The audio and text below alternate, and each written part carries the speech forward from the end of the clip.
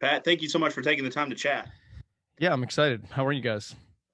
Doing great, doing great. Pat Monahan of Train, you've got a couple shows coming up here in North Carolina that Yeah. I'm looking forward to being there. We've been giving away tickets this week. Greensboro on the 11th and Wilmington on the 10th, kicking off the East Coast. But you're West Coast right now. How's the weather? The weather's really nice. How's it there? I feel like we're in Seattle because we've got all the rain and everything right now. And then I heard you had great weather, so hopefully you switch it whenever you come and you can bring us some of that nice weather. That's my plan. So you've had a very impressive career, both you yourself and Train all together. What motivated you to get into the music industry? Was there a moment that you can think back to where you're like, I really want to be a musician or I want to be in a band? What was that moment for you? I think back in the time when I was a kid, you couldn't have had many choices to choose music because it's not an easy road.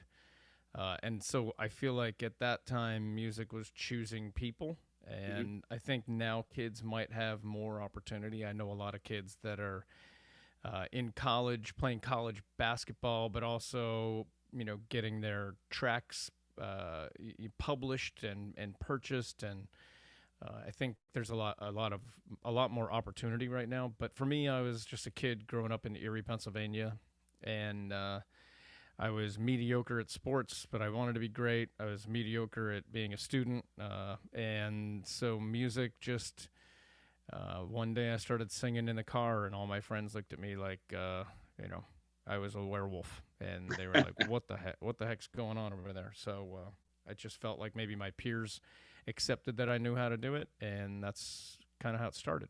What was that song you were singing in the car? It was a Michael Jackson song, but I don't remember which one. I think it was from Off the Wall.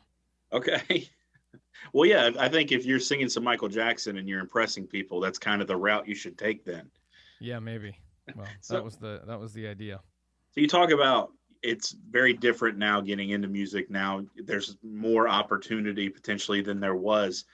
How have you as an artist and Train as a group kind of evolved over the years with the changing of the world of the musical landscape, we'll say? Yeah, it's changed a lot. I mean, I feel like when you get in the habit of complaining, you need to shift it. And in the beginning, it was CDs for me. So it was after albums and cassette tapes, and CDs were the big sale. But I know that when it went from album to cassette, people in the music industry were complaining. And then when it went to cassette to CD, everybody was complaining. And then it went to iTunes, and everybody was complaining, and we're not making any money anymore. And then now streaming, everybody's complaining because we're not making any money anymore. I just I feel like when you if you have the time to complain, then you're probably not doing the work that you should be doing. So I've always looked at it like that. If I have a complaint, I probably should just tell my wife and keep it to myself. But I just feel like you need to adapt to the times, and that means musically too. Like make music that sounds like you, but today's version of it, Mm-hmm. and be proud of it. I mean, it doesn't have to be. I'm not trying to be a 22-year-old Justin Bieber, but I do appreciate what he's doing, so I can do my version of that. Sure. So you bring up Justin Bieber. Are there any other artists that are newer that are kind of on that rise that you look at and you're impressed with, or you Well, even maybe there draw are a some lot of them. inspiration?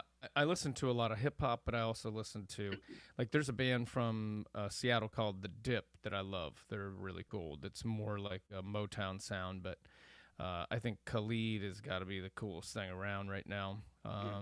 I love her, and I do a radio show on a program, and I find a lot of new stuff that I find interesting, which makes me really excited that young people are continuing to do good work. Like instead of like what's this crap, and sound like my parents.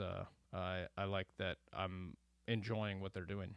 So you've kind of been in both landscapes where you were inspired, you got into music, and then some of these artists and bands coming up were like maybe inspired by Train. Do you find yourself also then kind of I guess just completing the circle and then being like, well, I'm a big fan of yours. You know, is there a younger artist that you're drawing maybe some inspiration from, either in writing or the sound that you guys are putting together? Well, I mentioned the dip, and there's a whole bunch of that category has Mm-hmm. been really inspiring for the new Train album.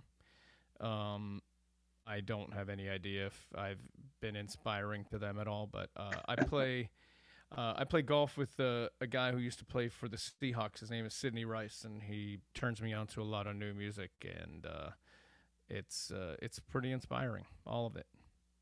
Sidney Rice, so wide receiver, Seattle Seahawks. Yeah, Seahawks, your team. you know San Francisco because of coming up in San Francisco, they're my team. But I also do root for I root for people. So I got to meet Russell Wilson earlier this summer, and I shook his hand, and his hand is probably as big as my laptop. It's the biggest hand I've ever shaken in my life, and he's not much taller than me. He just so he must throw a football like it must feel like a baseball in his hands. Right. And super athletic. And there's our North Carolina tie back into the shows you've got coming up here, going to There you NC go. State I for a few mean, years. yeah, and Sydney's from he's from North Carolina, but he's a Gamecock. He went Mm-hmm. wait maybe yeah he's from North Carolina, but he went to South Carolina. Got you. So you talk about the new music. What can we expect for the new album that you've got hopefully coming out soon? Well, it's going to come out in the fall, and we'll announce a tour for next summer.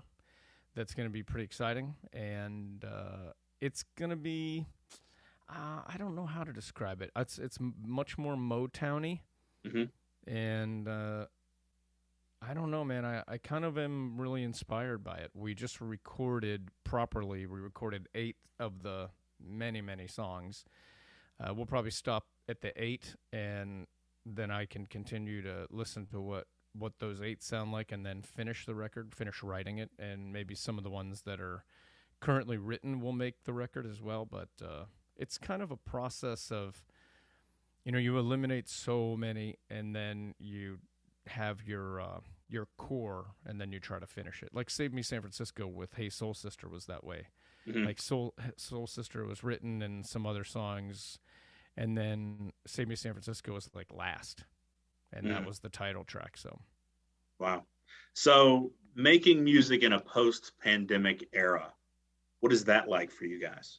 I don't know. It's doesn't seem like it's post yet. So it feels like it's still a little bit weird, and but it feels much better to be able to get out and sing songs for people. We've done a couple shows already, and like seeing people's faces again is pretty awesome. So It's what a whole new energy too. It's a different kind of vibe.